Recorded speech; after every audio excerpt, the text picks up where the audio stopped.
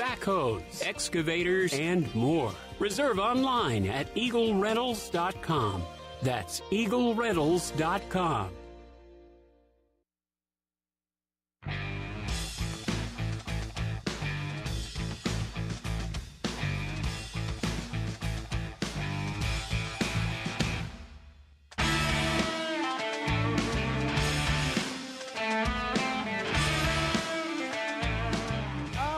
Hello, everyone. Welcome.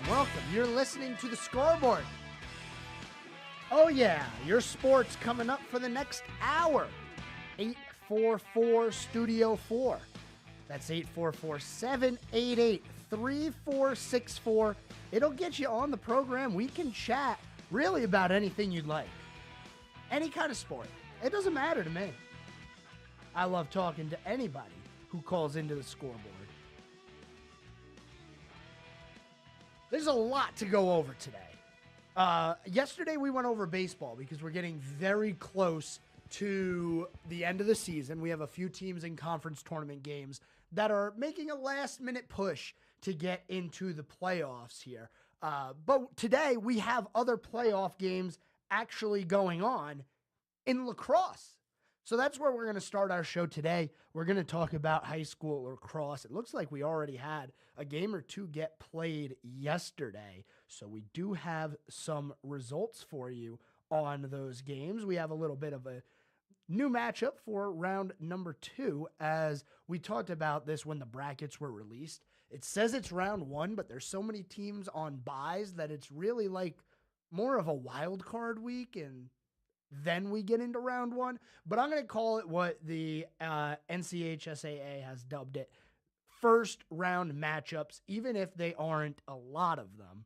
We're going to go over that men's and women's side of things. So you're going to want to stay tuned to see what's going on in terms of college lacrosse or high school lacrosse playoffs. Also, last night, the Carolina Hurricanes did a thing. Yeah, they did a thing. They punched their ticket to the second round of the NHL playoffs, getting the win against the New York Islanders. And it was a big win there, 6-3, the final score. You know, there was a minute, maybe a little bit more than a minute. There was a little time there where I thought, oh boy, are the Hurricanes okay? Are they doing good? Because we're getting close to losing this game. And well, the third period came around and they were able to put it away. So we'll talk about that. We're also going to start our preview of the Kansas race coming up this weekend. I already let you know that we have the trucks back in action this weekend. Xfinity, well, they're going to have the week off, but you still have ARCA and trucks going on this weekend. And as always, the NBA playoffs, they have been moving on. We have some more teams punching a ticket, and we have some more teams staying alive in the playoffs as they are with their backs to the wall, one game away from elimination. Now, there's more than one team like that. None of these series really became blowouts. They're all, except for a couple of them. The Timberwolves swept the Suns, and the Nuggets beat the Lakers 4-1. The Thunder also swept the Pelicans, by the way. So there were a few series that weren't all that close, but all in all, Cavs Magic are at 3-2. Bucks Pacers are at 3-2. Knicks Sixers are at 3-2. And then we also have the Clippers Mavericks series, which will have a game tonight, actually. That is sitting tied at 2-2. So we have some competitive series here in the NBA, which is a little different than what we've seen in the NHL so far. A lot of 3-1 series in the NHL as it stands. We already know that the Carolina Hurricanes, as I told you earlier, they are advancing to round number 2, and they'll take on the New York Rangers. The Florida Panthers and Colorado Avalanche were also able to punch their tickets to the next round. Here are the standings, or the series as they stand. Edmonton leads the Kings 3-1. Vancouver and Nashville, 3-2 in favor of Vancouver. Dallas and Dallas and Las Vegas are locked in at a 2-2 draw right now. It's a best-of-3 series. Boston lost in overtime last night. They still lead the series 3-0. Those are the remaining series in the NHL. Now, we're going to get to all this as well as NASCAR, other things going on around the league. Maybe we'll talk some Panthers and the restaurant that David Tepper has been feuding with. They're back in the news again. I'm kind of tired of it already. Let's get into the high school lacrosse scene because playoffs are fast approaching. We have some games today. We had a few games yesterday, and starting actually with the eastern side of things, we did have a couple of games last night. Swansboro and Fike taking on each other with Swansboro, the 13 seed, moving on. And that's pretty much it. For the 1, 2, and 3A divisions, we didn't have many games. The West, everybody got a bye into round 2.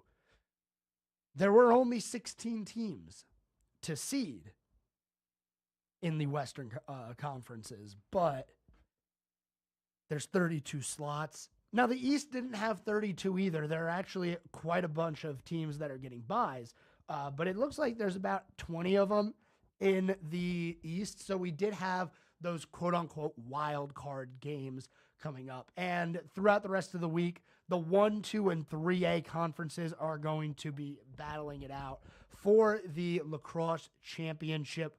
We're going to keep letting you know what's going on in that as games come today, tomorrow. We're going to have games on Friday as well. So we'll continue to update you in that category. As far as the 4A conferences go, this is the big schools here. We have a lot of byes, same as before, but we did have a game or two last night with Audrey Kell and Sun Valley taking each other on 9-24 there. Audrey Kell, the 9 seed, with a 16-6 win to punch their ticket into the second round. Now, we have a lot of games tonight as well. South Mecklenburg, they will be in action. You'll also see Mooresville taking on Asheville at 6 o'clock. That's following this show immediately. Also following us immediately today is a little event here on WSIC, the signature small business event hosted by Bill Russell, Joe Vagnone, and Justin Kazepis. If you're listening on WSIC, if you're watching the stream on our social channels or on our WSIC News app, stay tuned immediately following the scoreboard because you will have that small business event from 6 to 9 o'clock tonight. Joe Vagnone, host of a show here on WSIC, Justin Kazepis, you know him. He is the station owner. And also Bill Russell. He is the CEO of the Lake Norman Chamber of Commerce. So stay tuned. There's going to be a lot of special guests coming up at that 6 o'clock show. Again, that's the small business event from 6 to 9 o'clock right here on WSIC on the radio as well as streaming. We're going to continue talking lacrosse, high school playoffs starting. We're also going to get into the women's side of lacrosse. We can't leave out the ladies' side of things. And then we'll start talking about some of the other playoffs going on around the world of sports. So stay tuned. You're listening to The Scoreboard. We'll be back right after this.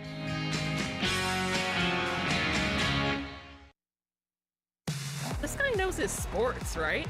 There's more of The Scoreboard with Joe Berg on the way on 105.9 100.7 WSIC.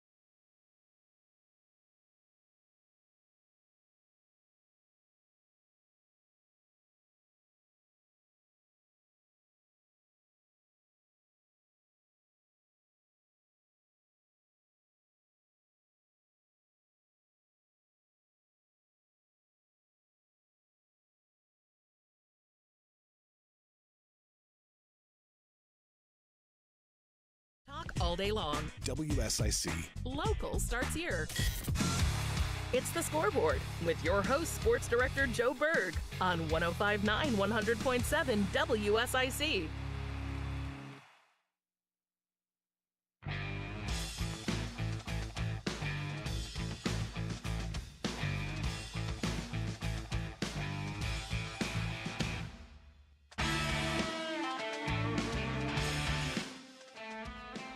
All right, everyone, here we are back on segment number 2 of the Scoreboard. We've been talking some lacrosse as the playoffs are beginning. There's other things going on in high school athletics. The NCHSAA, let me make sure that I get that right. They had their board of directors meeting conclude today after a couple of days meeting. And before we continue our lacrosse talk, I want to let you know some changes that is happening here in the area. The board of directors meeting began Tuesday with a vote to approve the Big 32 realignment model recommended from the Bylaw Task Force Committee. So we have some realignment going on here. This model would classify the largest 32 schools in North Carolina into an 8A classification, and the remaining schools would be divided as evenly as possible among the classes 1A through 7A. The committee also had other recommendations, such as a 24 to 32 team bracket for the 8A classification, a 32 team bracket for 2A through 7A, and a 16 team bracket for the 1A classification. Additionally, the committee recommended realigning classifications every 2 years. However, this action must be addressed in an amendment vote by the membership. So it seems like we are going to have a lot more playoffs, a lot more divisions, a lot more separation of these schools going forward in North Carolina high school athletics. Don't ask me what this means. I mean, I don't know. They're trying to spread things out, make it more competitive, I think. I don't know why they would realign like that, but it does make sense. We have a lot of schools in North Carolina, and trying to fit them all into 4 tiers, it doesn't seem like enough. You're going to have really good teams missing the playoffs. And we talked about it, I believe, during the basketball season. There were a lot of teams that were good during the year who just weren't able to make the playoffs. And they're trying to alleviate that, I believe. They're trying to get more participation from more schools. And it maybe up front, it sounds like that's not the case, where the 1A classification would have a 16-team bracket. But when you look at what we were talking about earlier with lacrosse, the 1, 2, 3A conferences and championship on the western side of the conference, everybody got a bye into round 2. There were only 16 teams in that playoff bracket. So it's going to be interesting to see how they realign this, who gets put into what classification, who's going to the 8A schools. I mean, there's going to be movement with people probably going to new schools to play for better athletic programs. I'm not going to be surprised if that happens. So we got a lot of shuffling here in high school athletics, and it's going to be interesting. Seems like everyone's shuffling, from professional sports to obviously college with NIL, and now North Carolina high school athletics. A change in the realignment where we're going to have 8A through 1A classifications. It's going to be interesting, and I'm excited. More competition. Looking back here at the lacrosse playoffs, on the women's side of things, I'd be remiss if we didn't at least mention what's going on over there. There's quite a few teams that have byes, not only into the second round, but actually into the third round, including Bishop McGuinness, the number 1 seed here on the West. They had a really good year, did Bishop McGuinness. They are ranked 29th in the state of North Carolina, going 15-3, undefeated in their conference, and they have a bye through to the third round, which means they just got to win, it looks like 4 games if they want a state championship. And I say only, but, it's definitely a little bit more than just only winning 4 games. As far as the 4A brackets go for the women's, the schools are getting byes into the second round, that's for sure. We're not seeing anybody get a bye into the third round like we were before. It looks like the number 1 seed here in the 4A on the West is the Weddington Warriors, as they went 16-1 on the year. Bye through round number 1, but they do have an opponent to face in the second round. That would be the winner of South Mecklenburg versus Davie. No other games to report from the other day, from yesterday, I should say. Most of the first round action is going to be over today and tomorrow, and then we're going to have games Friday, Saturday as well. Next week, we'll be really in the thick of things. So stay tuned right here on the Scoreboard. We got another week until we got baseball and women's soccer playoffs, which are the other 2 things that we were covering heavy over here. So I want to make sure we add all of it as we move through these playoffs. 844-788-3464. That's the number if you want to call in, be a part of the show. We're talking sports here. We're wrapping up our high school sports conversation, and now we're going to start getting into, things that are in the news. And although there's not too much bad things going on and crazy things going on, Travis Kelce signed an extension with the Kansas City Chiefs. I thought that was interesting, as he gets up there in age, with his brother already retired and making a move to ESPN. So he is now an on-air personality. Travis Kelce, the tight end for the Chiefs, signs a new contract for 2 years. Probably the last contract he'd sign, if I had to guess. He's getting up there in age. And as a tight end, how much longer do you really want to be playing? Just my opinion there. So no other fallout really from the NFL draft yet. I think everybody is in agreement that the biggest confusing thing that happened over the draft was the Atlanta Falcons drafting Michael Penix Jr. after signing Kirk Cousins in the offseason to a $100 million guaranteed contract. A little puzzling, but I get it and I don't get it. You want to draft a quarterback now, while you have somebody to mentor. It's the Aaron Rodgers, Jordan Love thing. It's the Alex Smith, Patrick Mahomes, Brett Favre to Aaron Rodgers. You got to have somebody there to help the young quarterback. I just don't know if this was the year for Atlanta to do it. Now, I get it. $100 million guaranteed. They're going to be paying Kirk Cousins that over 4 years. It's guaranteed. And he's coming off of an Achilles surgery.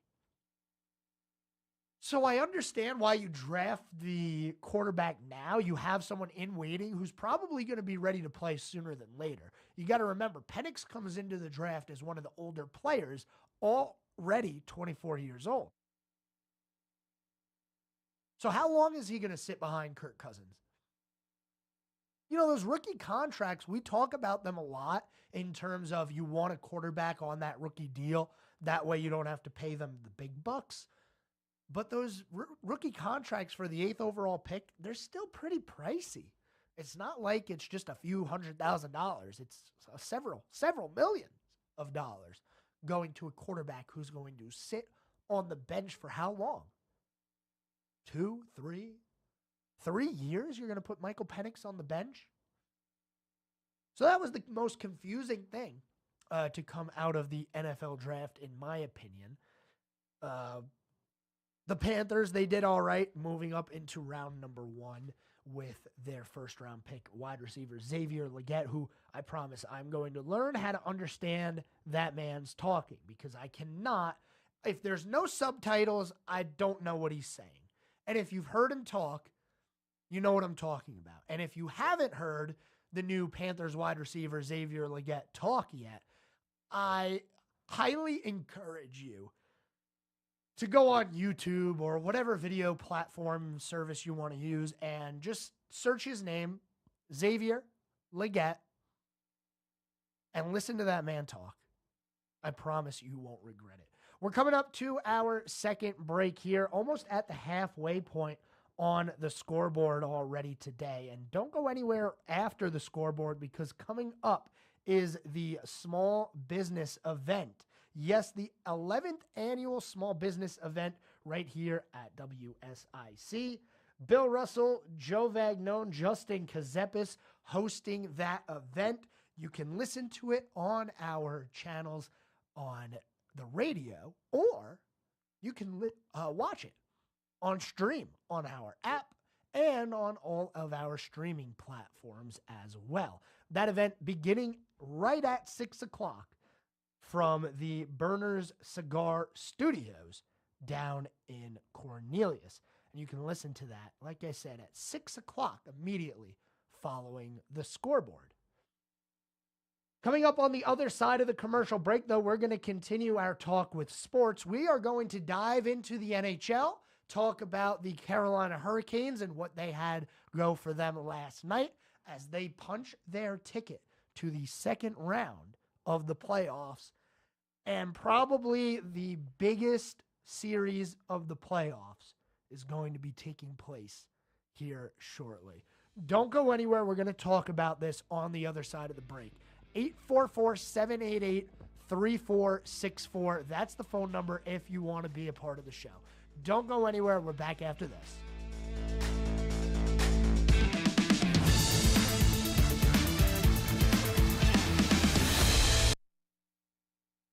Keep it right here. We'll have more of the scoreboard with Joe Berg in just a moment from 105.9 100.7 WSIC. Well, temperatures on the increase and a little bit of humidity on the increase, too, as we go throughout the rest of the work week. Overnight, comfortable under a clear sky. Most of us around the Lake Norman area dip back down into the upper 50s for a comfy start to our Thursday. But we're going to get toasty by tomorrow afternoon. Temperatures with plenty of sunshine, warm into the upper 80s. Some of our folks may even approach 90 for Thursday and come close to it again for Friday. That's your forecast from the WSIC Weather Center. I'm meteorologist Chase Myers. Cold weather is here, but that doesn't mean it has to be cold inside. At G&B Energy, we provide clean and efficient propane to heat your water heater, warm your home, and cook your meals, even when the power's out. We are a family-owned and North Carolina-grown business known for fair prices and expert service. Visit G&B Energy today on Intercraft Drive in Statesville.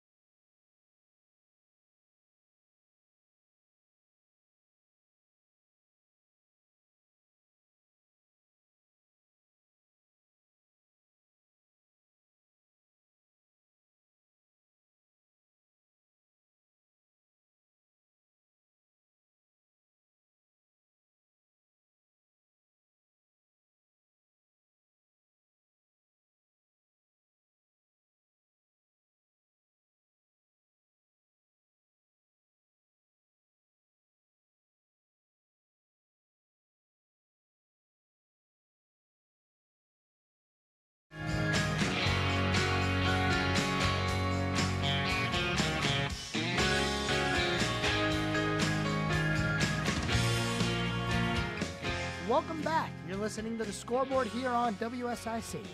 844-788-3464 is the phone number to be a part of the program. Anything you'd like to talk about, sports related, we are here to take your phone calls. Maybe you have a question about something going on. I still want to know what you guys are keeping your eye on as we go through playoff season here in some of these professional leagues, like the NHL playoffs. And boy, if you turned into the Carolina Hurricanes game last night, you were in for some kind of a treat. That is for sure. The Hurricanes win the game 6-3, but man, was it a roller coaster of emotions.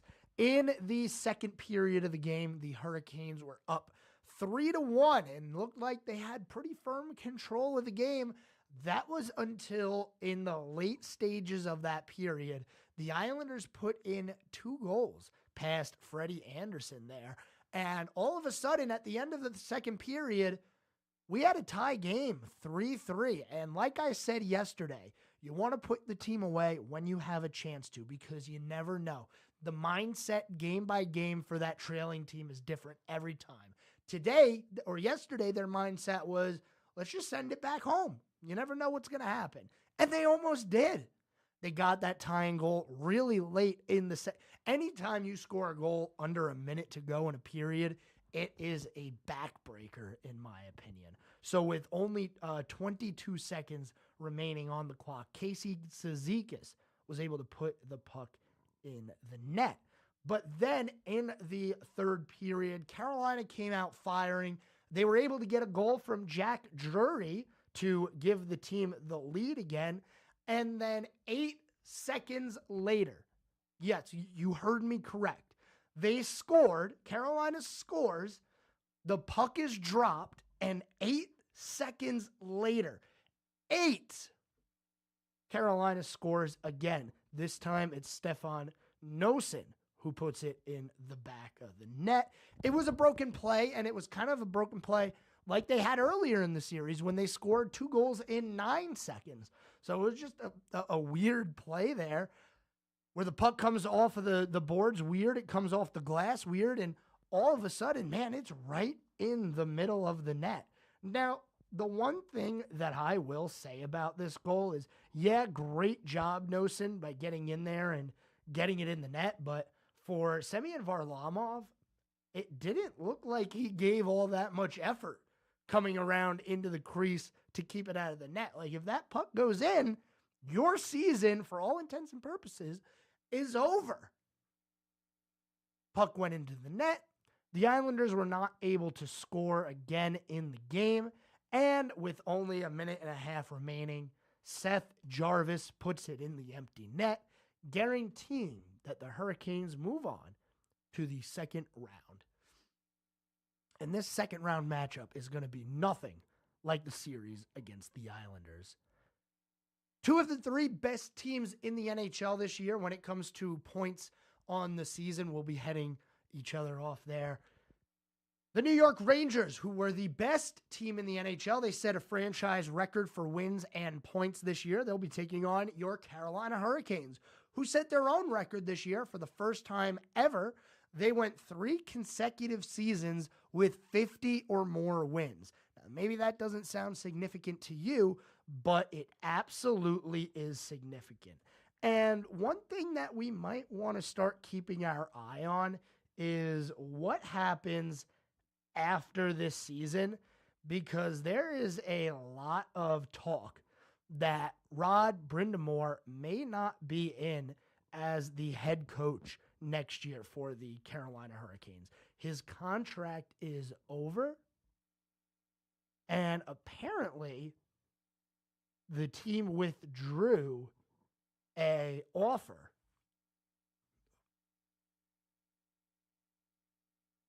The report from Kevin Weeks, this is, I don't know if this is a report or him just throwing this out there. Here's the tweet that he put out there. This isn't the summer for clubs looking for discounts, given the fact that it's a strong demand and supply for head coaches. That's what's confusing, is the Canes franchise went up in value 59% last year, yet they've pulled their offer for head coach Rod Brind'Amour. Whew. This is big. This is big. I don't know if this is strategic. I don't know if Brind'Amour doesn't want to coach the Hurricanes anymore. I don't know if he's being forced out. Like this was a known thing that his contract is ending after the season. They were going to have to address that. They have a lot of players whose contract is ending after the season. Not only their head coach, but their players as well. Look, the Hurricanes are going to be in quite the bind this offseason. Real quick, before we move on any further. Here are the unrestricted free agents that the Hurricanes have this coming summer. These are players that Carolina can do absolutely nothing about. If they want to leave, they can. Teuvo Teravainen, Jake Gensel, Jordan Martinook, Stefan Noesen, Brady Shea, Brett Pesce, Anthony D'Angelo, Frederick Anderson, and Spencer Martin. And I'm sorry, not Freddie Anderson. He's got one more year. And Antti Ranta. Those are a lot of players that need to be signed. Besides the unrestricted ones, here are the restricted free agents. If you know what that means, basically it means Carolina can say, we are offering you the qualifying offer, which is, a general number that is calculated by the league. You offer them that much money based on what you believe they're worth. And it's a 1-year contract. They stay in the system. It's all this technical stuff. I'm not going to get into it. But the restricted free agents this year, Martin Necas, Jack Drury, Seth Jarvis, Ryan Suzuki, and Maxime Comtois, as well as Dylan Coughlin, who is a defenseman. That's a lot of money that you're going to have to spend this offseason. And I'm telling you right now, not every one of those players are coming back. There's going to be a lot of change in the Hurricanes lineup. Now, I don't expect them to bring back somebody like Jake Gensel, although it would be nice. He is a playoff performer, and we've seen that through the first round of the playoffs. He is always out there performing. But it is a lot that they're going to have to do this offseason, including the possibility of looking for a new head coach. I didn't see it coming. I didn't. I really thought Brind'Amour was going to stay. I thought after he was able to turn this team around, he won a Stanley Cup here. By the way, the second round matchup between the Hurricanes and the Rangers. It is the first time ever since the 1940s that two head coaches are going up against each other in a playoff series where one of them coached the other one to a Stanley Cup and they were the captain. Peter Laviolette was the head coach of the Carolina Hurricanes in 2006 when Rod Brind'Amour and the Hurricanes won the Stanley Cup. Brind'Amour had the C on his chest. And now those two will be coaching against each other in the second round of the playoffs in what is going to be one of the most high-octane playoff series that you've seen in a long time. Get your popcorn ready. We don't know when it's going to start yet because the West can't figure their life out. There's a couple of series in the East that can't figure it out either. So for now, the Rangers and the Hurricanes, they sit, they wait, to see when their series is going to begin. Speaking of things that are beginning, right after this show, you can hear the beginning of the small business event hosted by Bill Russell, Joe Vagnone, and Justin Kazepis. They have plenty of guests coming on there as well. A lot of surprises. You're going to want to tune into that. It is the small business event of the year, and it is the 11th annual small business event here on WSIC from the Burner Cigar Studio down in Cornelius. Immediately following this show, you will hear the small business event. And immediately following this commercial break, you will hear just a little bit more sports. We got to wrap things up here. Final segment of the day coming up. Talk a little bit of what's going on in the NBA playoffs and start our preview of the NASCAR weekend. Don't go anywhere, ladies and gentlemen. You are listening to the Scoreboard 844 Studio 4. Get you into the studio. Don't go anywhere. We're back right after this.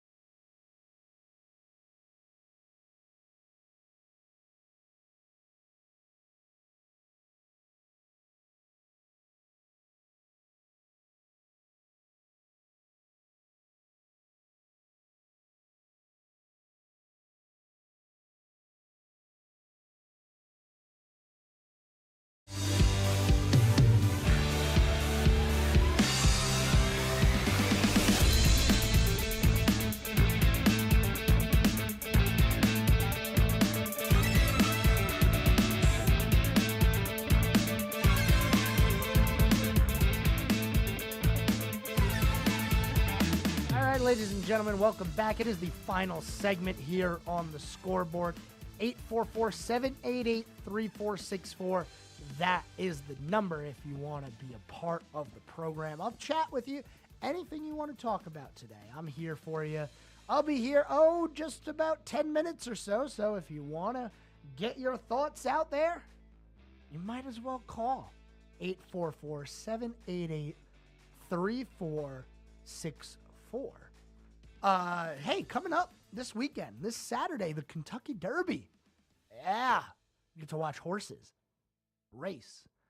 I'm sorry if this is a controversial take, but I don't understand the hype of the Kentucky Derby. I just don't. I don't get it. I guess it's kind of like how I just don't understand the golf hype. I don't know. Maybe I'm the weird one. Do you like the Kentucky Derby? Are you going to watch it? Let me know. What am I missing? What is so special about the Kentucky Derby? Tell me. 844-788-3464. That's the phone number to get you on the air. And you can yell at me for saying that the Kentucky Derby is just kind of whatever. I'm going to watch it. You know, now that sports betting is legal in North Carolina, maybe I'll put $1 on it. I don't know. I just don't understand it. It's quick and it's over like that. And it's like 8 hours of coverage for this thing. Please, somebody explain it to me. 844-788-3464. You know what I don't need explained to me is the NBA playoffs. There were some good games last night. The Bucks were able to save themselves from being eliminated. The New York Knicks lost, which means the 76ers were able to save themselves from being eliminated. And we have other games going on as well.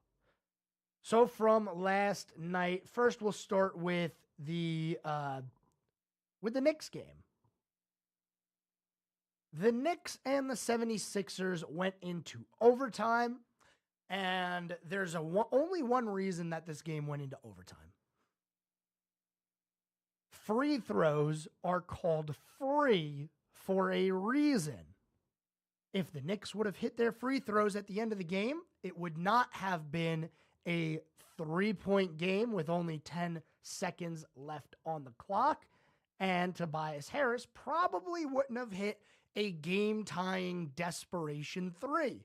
They would have needed 4.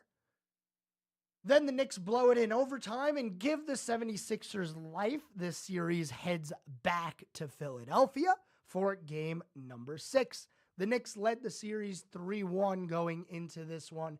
And look, they choked and they blew it. Free throws are called free for a reason. And I'm sorry, it was Tyrese Maxey who made the 3. It wasn't Tobias Harris. It was Tyrese Maxey. Maxey had 46 points in the overtime win. He was going up against Jalen Brunson, who had 40 of his own as well in that game. The other games going on in the NBA last night, there were a lot of them, not only the Knicks and the Sixers. We also had the Magic and the Cavaliers. Now, that series was tied at 2 going into last night, but the Cavaliers were able to come out with the 104-103 victory. Barely able to squeak by there. And then the night game, the Indiana Pacers and the Milwaukee Bucks took to the court. The Bucks still without their number 1 star, Giannis Antetokounmpo. Here was the lineup. Chris Middleton, Bobby Portis Jr., Brook Lopez, Patrick Beverley, and Malik Beasley. Those were the starters. Pat Connaughton and Danilo Gallinari were also 2 players who saw some time for the Bucks. So not only were they without Giannis, but they were without a few people. Nonetheless, the Bucks were able to get the win. They don't get eliminated. The series is now an Indiana lead 3-2, and the series does head back now. So looking forward in the NBA to tonight, we do have more action going on tonight. Only a couple of games, though. The Miami Heat taking on the Boston Celtics. That series is 3-1 in favor of Boston. I don't see the Heat making a comeback. Boston is one of those teams where it's going to be really hard to get past them. We also have the Dallas Mavericks taking on the LA Clippers. Currently, that is the only series that sits tied at 2-2. I don't know about you guys, but I will never get used to calling the Staples Center Crypto.com Arena. It's the Staples Center. It'll always be the Staples Center. But that's where the game will be as the Clippers look to take a 3-2 series lead. Once it's tied 2-2, it's a new series, best of 3. You got to win 2 out of the 3. So we'll continue covering the NBA. Not only tonight, but tomorrow we have games as well. The Bucks and Pacers will go at each other, and the Knicks and 76ers will have game 6. That's in Philadelphia. I'm kind of curious to see if there's going to be any bad blood between those two teams. There were a lot of hard fouls. And I told you going into this series that it was going to be a good one. I say, hey, these two teams, they're two basketball cities that don't really like each other. So that game's tomorrow. But tonight, we have a couple of games, a couple of good ones going on. The Heat, Celtics, and the Mavericks, and the Clippers. Let's turn our attention, while we still have a few minutes, to the NASCAR world as the Cup Series heads to the Kansas Speedway this weekend. Now, I might be alone again in saying that night races are better, and I definitely think that applies to Kansas. Night races at Kansas just hit different. There's something about them. I like them. Other people might not, but you know what? We don't have as many night races as we used to. When you look at the schedule, I think I saw there's only one Saturday night race this year. It might be Bristol, too. So coming up on the Kansas Motor Speedway here, last year when we were at Kansas, Denny Hamlin was able to come home victorious. Now, if you remember what happened during that Kansas race, it wasn't the most clean way to win a race. And this kind of started, well, I'd say it was in the middle of the Denny Hamlin villain arc that he started. He wrecked Kyle Larson coming out of turn 2 on the final lap. There's no way that you can convince me otherwise. I mean, it was clear as day what happened. And he didn't get a lot of love for that. He wrecked somebody. Right now, the betting favorite for Kansas this coming weekend, Kyle Larson is your favorite. I feel like he's been the favorite almost every single week, but he is at plus 380 to win this weekend, followed by Denny Hamlin plus 400 and Tyler Reddick at plus 600. William Byron, Martin Truex Jr., Christopher Bell, and Chase Elliott, those are the remaining drivers in terms of your favorites this weekend at Kansas. And while we still have a few minutes here, we are going to go ahead and talk about what went on in this day in sports history. And I got a couple of good ones for you today. On this day in the year 1920, the longest MLB game by innings, the Brooklyn Robins tie the Boston Braves 1-1 in 26 innings. I guess they ran out of light. That would be my game. You start the game at 1 o'clock. It's summer. You know, the sun's going to set later. 26 innings in, and nobody's won. I think they probably just decided to call that one due to light. Also on this day, 1925, Jimmy Fox made his MLB debut. Future Hall of Fame catcher. He was 17 years old when he made his debut. He pinch hit with a single in the 9-4 loss versus Washington. And that is what happened on this day in sports history. And on this day, today, coming up in about a minute and a half, the small business event hosted by Joe Vagnone, Bill Russell, Justin Kazepis.